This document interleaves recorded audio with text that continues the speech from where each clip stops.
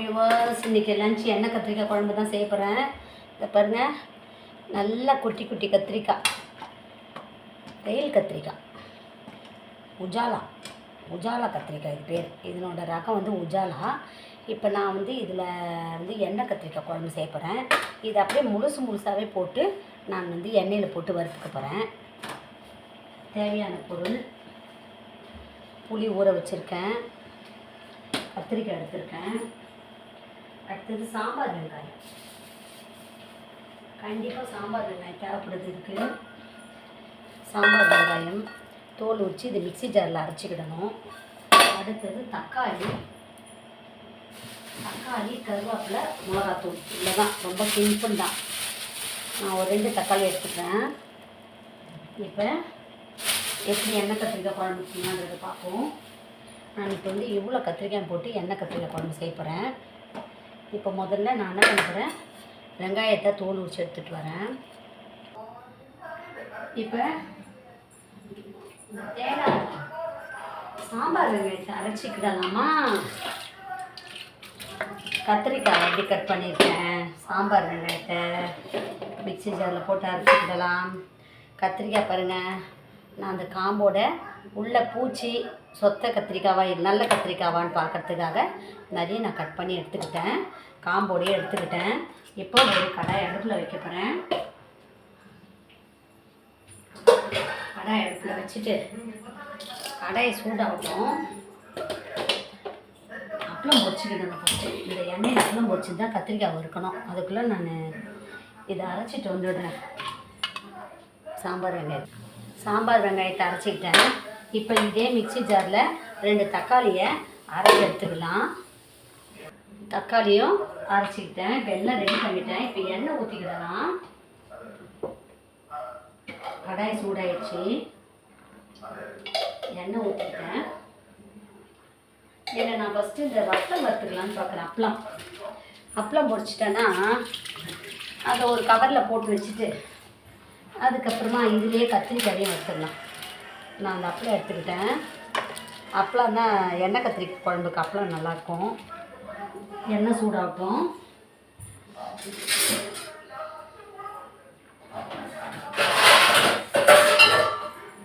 அப்பளம் எப்பவுமே ஒன்று காஞ்ச பாத்திரத்தில் போடணும், இல்லை ஒரு நல்ல டைட் மூடியில் டப்பாவில் வச்சு மூடி வச்சிடணும். அப்படி இல்லை கவரில் போட்டு வைக்கணும்.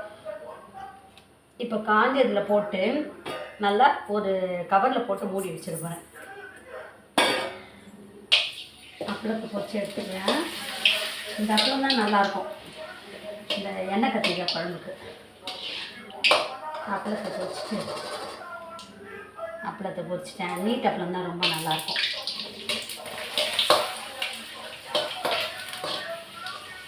சுவையான நீட் அப்பளம், எண்ணெய் கத்திரிக்காய் குழம்பு.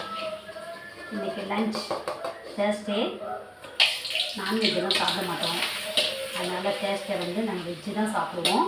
அதனால் நான் வந்து எண்ணெய் கத்திரிக்காய் குழம்பு டேஸ்டியாக பண்ணலான்ட்டு பார்க்குறேன். அப்பளத்தை வச்சுட்டேன்னா கொஞ்சம் அப்பளம் தான் இருக்குது.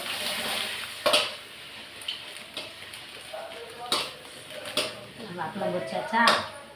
இப்போ இதில் எண்ணெய் கத்திரிக்காய் போட்டு வறுத்துக்கணும்.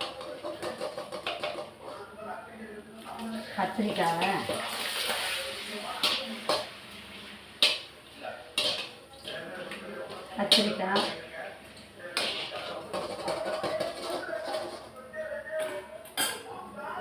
இப்போ இந்த கத்திரிக்காவை அப்பளம் பொரிச்ச எண்ணெயில் போட்டு வறுத்துக்கிறாங்கன்னு பார்க்குறேன்.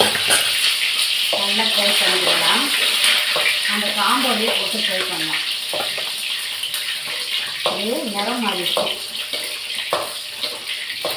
நல்லா ஃப்ரை பண்ணிவிட்டு அதுவும் ஒரு தண்ணி தண்ணி வச்சு வச்சுக்கிடலாம். அப்பளம் வச்சுட்டேன். இது கொஞ்சம் சூடு ஆறின பிறகு ஒரு கவரில் எடுத்து வச்சிடலாம்.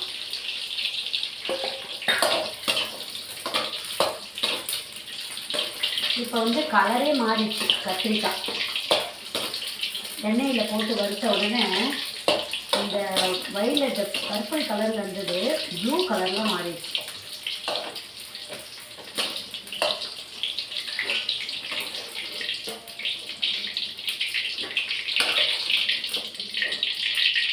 இப்போ பாருங்கள் எவ்வளோ வித்தியாசம் பாருங்கள். இது எண்ணெயில் பொரிக்காத கத்திரிக்காய், இது எண்ணெயில் பொரிச்ச கத்திரிக்காய். எவ்வளோ வித்தியாசம், கலர் சேஞ்ச் ஆகிடுச்சு பாருங்கள். எண்ணெயில் போட்டோன்னா ப்ளூ கலர் ஆகிடுச்சு. அதுக்கு முன்னாடி எண்ணெயில் போடுறதுக்கு முன்னாடி வைலட் கலர் பர்பிள் கலரில் இருந்துச்சு. இது பாருங்கள் நல்லா டார்க் கலர் ஆகிடுச்சு. இப்போ எண்ணெயில் போட்டு நான் இதெல்லாம் பொரிச்சிக்கிறேன்.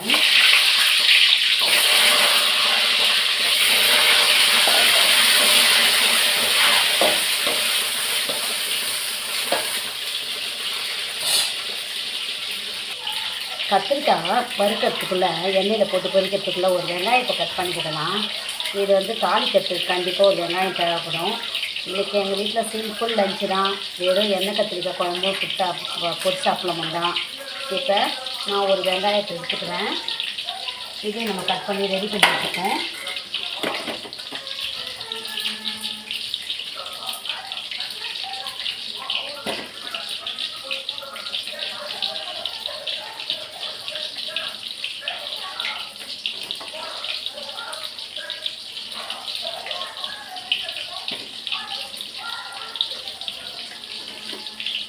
கத்திரிக்காய் ரெடி ஆயிடுச்சு.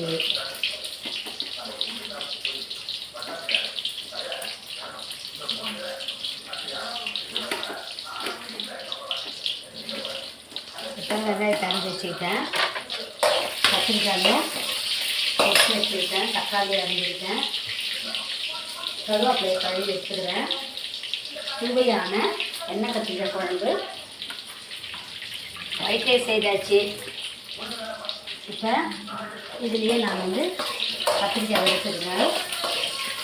நல்லா கத்திரிக்காய் நல்லா பொரிச்சிக்குவேன்.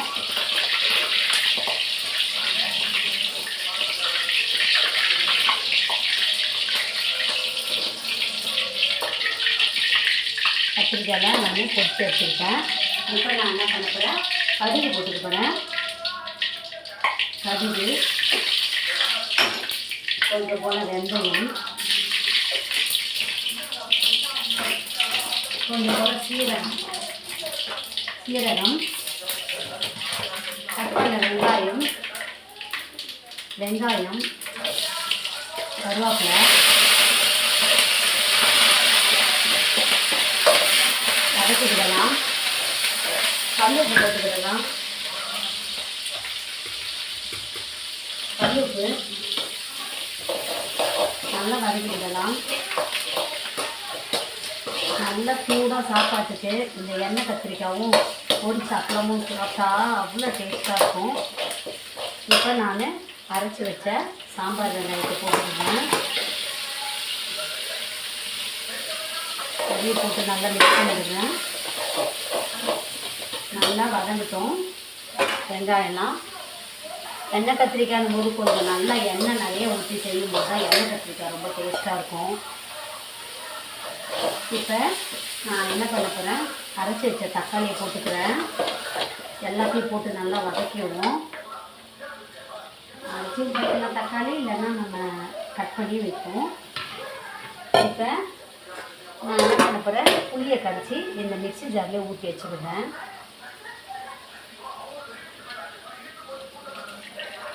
ஓரளவு புளி நம்மளுக்கு தேவையான அளவு கரைச்சிட போதும். ரொம்ப தண்ணியாக குழம்பு வேணால் கொஞ்சம் புளி தண்ணியாக கரைச்சிக்கலாம். நம்மளுக்கு கெட்டி பதத்துக்கு வேணால் கொஞ்சம் கெட்டிமாக கரைச்சிக்கலாம்.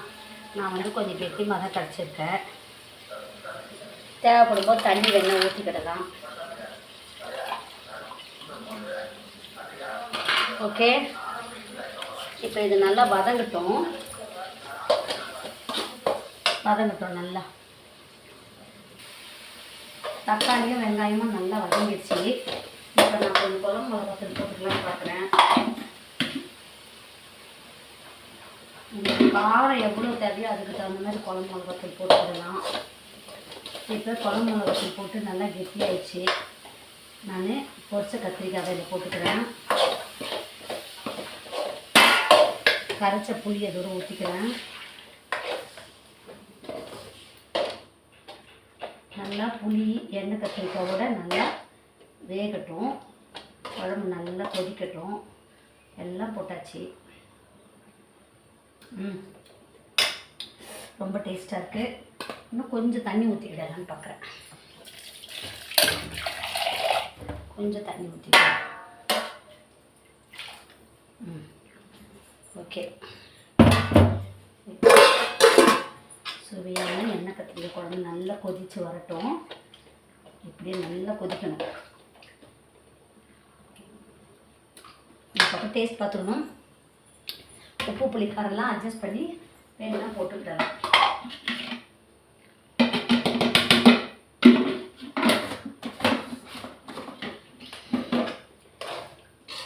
நல்லா கொதிக்கட்டும், அப்போ தான் டேஸ்ட் வரும். சுவையான எண்ணெய் கத்திரிக்காய் குழம்பு தயாராகிடுச்சு பாருங்கள்.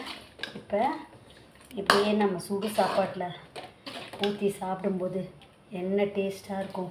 அப்படியே ஒரு கத்திரிக்காயும் முழுசாக நம்ம எடுத்து சாப்பிட்டா அவ்வளோ டேஸ்ட்டாக இருக்கும்.